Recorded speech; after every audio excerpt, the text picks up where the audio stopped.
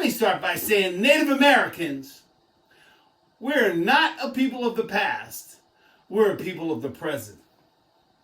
I would ask you to think about who may you know in your circle that's Native American. Who might you know that has some tribal affiliation, some tribal roots?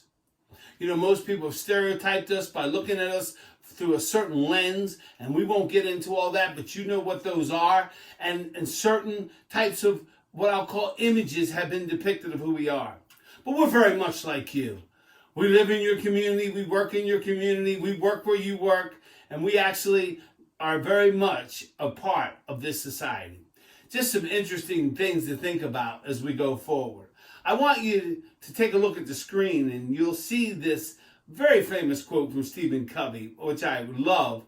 And it says, seek first to understand, then to be understood. In other words, why don't we look through the lens of someone else? Why don't we try to adopt what they may be going through, who they are? So it would only be fitting that at this point I share a Native American proverb with you that would tie itself into that. And maybe, just maybe, you'll understand me as I give this address today.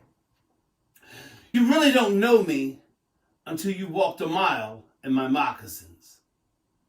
If you will walk beside me, we will see the world together. But if you walk behind me, all you'll see is me. And if you walk in front of me, all I'll see is you. But let's walk side by side and experience the world together as we learn and grow one to another and one with each other. And that's something I've tried to live my life by, as the elders of my tribe instilled that into me. As a very young boy participating on Broadway at the Native American Culture Center that I just talked about, where our church was just down the street at 211 South Broadway, and where I spent countless hours learning to drum, to sing and dance, and to be very proud of who I am.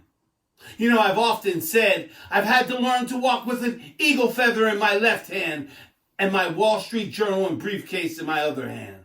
I've had to learn to walk into a world, into a place where people didn't even really understand who I am. Some population facts and some data points that I'll share with you as a framework as we begin to get started today. And think about this from the 2010 census. We don't have the 2020 numbers, but about 6.79 million Native Americans in the United States, of which representing about 2% of the population. Now, I don't have time to go into the difference between federally recognized tribes, state recognized tribes, indigenous tribes to areas and lands. We do not have that kind of time, but if you reach out, I'd be glad to share. But the most important thing I want you to understand is this number right here. Don't miss this. 78% of all Native Americans live off reservation. Reservations are tribal lands, designated lands that we have that you may know of primarily in the West. There are some here on the East Coast, but primarily in the West. 78% live off reservation while 22% live on reservation. And that number's continued to change over the last 10 years due to the third world conditions of living on a reservation. The subpar, substandard housing and education and health care. We've migrated. We find ourselves migrating off. You probably have heard how the pandemic hit us so hard this last 18, 20 months. It's been quite a catastrophic loss to our people. Just real quickly, let's go through a sketch of where these folks are and what tribes are they. The Navajo Tribe still to today represents the largest tribal members in the United States. And they're located in some in Arizona and some in New Mexico. But I want you to think about the Navajo. The Cherokee is spread out across the eastern band that we would know in North Carolina and the hills and the mountains of North Carolina, spread out into the west to Oklahoma as well. So those are some tribal information, just to kind of give you a sense of who we are globally and where we're at. Native Americans have the highest dropout rate in the United States, the highest alcoholism rate in the United States, and we have the highest suicide rate in the United States. Think about those systemic problems that I just talked about with such a small group of people and how magnified these problems are. You know, in my pocket today, I carry a card which says I'm Native American. Native Americans are the only group of people that you would have to prove who you are by blood. Think about that a minute. Prove who you are by blood.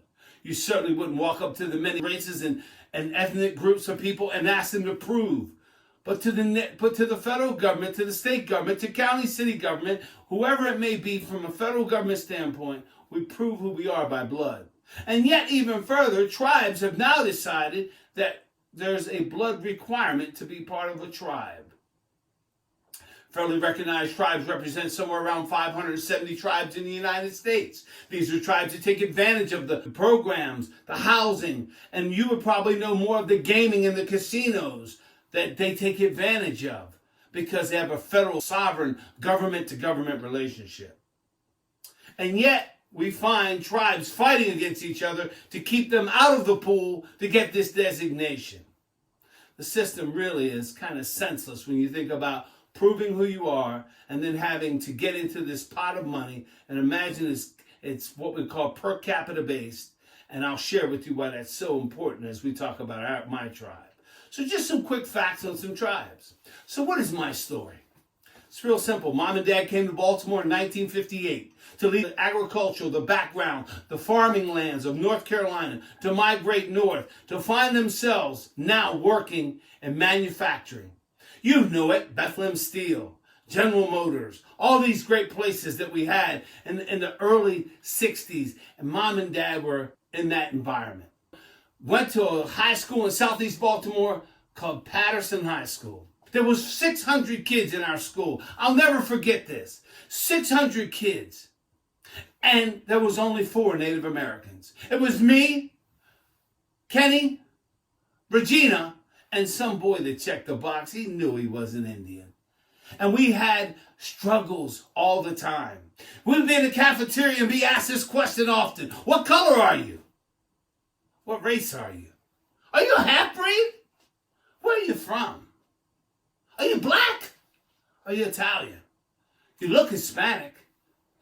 And throughout my whole life, it's been this effect of trying to fit in and of having a sense of belonging. And then as life continues and goes on, you find yourself struggling even more as people don't even recognize who you are. If it wasn't for the fact that we had a tribal center in our community to keep this rich culture alive, where would it be? So sometimes the divide of people is senseless when we think about separating by color, separating by race, separating by origin. Folks, at the end of the day, we all just want the same basic things. Love, shelter, peace of mind, the ability to perform for our loved ones and our family. But the divide of people based upon color, race, origin, and creed, I seem to don't understand that. Native Americans have gone through such a radical name change. In the 60s, we were Indians. Yeah, you know, cowboys and Indians. Then in the 70s and the early 80s, we become American Indians, only to distinguish us from yet another group from India that had brought the name Indians here. But then in the 80s, they decided they were going to clear this up, I guess, once and for all. Now we're Native Americans. Man, I tell you, it just seems as though the names keep changing and changing and changing. And I'm not sure what for. Now, just now, here's the next on the horizon. Indigenous people. Wow. Here's what we really are. We're human beings. That's what we really are. We're your neighbor. We're your co-worker. You pass us in the supermarket. You see us in the stores. I've had to learn to live, work, and play with people that didn't even understand who I am. My whole life, this was the struggle. What does it mean to be Native American? For the last 40 years, it's been my stake to travel this country to talk about the urban Native American. When I got really engaged at age 25 into the tribal affairs and marching in Washington on behalf of tribal issues, only to find myself 10 years later, 1996, sitting at the helm as 35-year-old, the youngest executive director the Baltimore American Indian Center had ever had. That I had dreams and plans and goals to move us along. I watched the leadership of this city at that time be so kind and gracious to us, to ingratiate us that we could have the convention center, to have a Native American gathering. Folks, we didn't have the money for that. But people cared about us. And I wish and I pray that people continue to care about us. Think about who we are. Often I've said that the greatest struggle that I see with Native Americans is you very rarely see them in the forefront. The traditionalist or Native American-owned reservation has some value systems and beliefs that they live by the land, the code of the law of where they're from. And then urban Native Americans try to hold on to that culture while being in a mainstream that doesn't even understand who we are. And we could say this for countless other cultural groups, that we all struggle. So let's talk about my tribe, if I may. The Lumbee Tribe. Lumbee, the Lumbee Tribe. Said to be descendants of the Croatan Nation, dating back to the early settlement of Jamestown. We migrated from the waterways of Virginia there and migrated south. And we find ourselves landing in Lumberton. Folks, I should share with you, there's 50,000 tribal members in that area. We're called people of the Blackwater. We're named after that particular body of water called the Lumber River. And so there's a lot of historical data about us. We're the 9th largest tribe. We're the largest non-federally recognized tribe. We're the most actors, professional athletes, lawyers, business owners than any of the other tribes. And I believe it has a lot to do with the fact that we've been able to stand on our own. And yet the Senseless Divide, that we have to prove who we are by blood. We have to submit roles. We have to submit genealogy. We have to submit all these things to prove who we are. Only at the end of the day to receive what? An acknowledgement? Folks, it's time we start acknowledging ourselves. It's time we start looking in the mirror and accepting ourselves for who we are. The Lumbee Tribe, as I already told you, resides in Lumberton, North Carolina, in that general area. The tribal office is in a place called Pembroke, North Carolina, right in the same community. One of these days, you're going to encounter people that have these last names. These are the surnames, some of the popular surnames of the tribe. And I want you to let them know that you've met another Lumbee Indian. And then maybe you know some. Maybe they're your neighbors. But names like Hunt, H-U-N-T, Locklear, very prominent Native American name. Chavis, Oxendine, Lowry, Dial. And the list goes on and on and on. So, what is it that we're going to do now? As we've been engaged for the last 2 days and we've had our knowledge expanded, let me just share with you. While the learning curve of life has landed you at a place that you are right now, it's the unlearning that you must get to move you to where you need to be, to where you desire to be, where you can be all that you can be.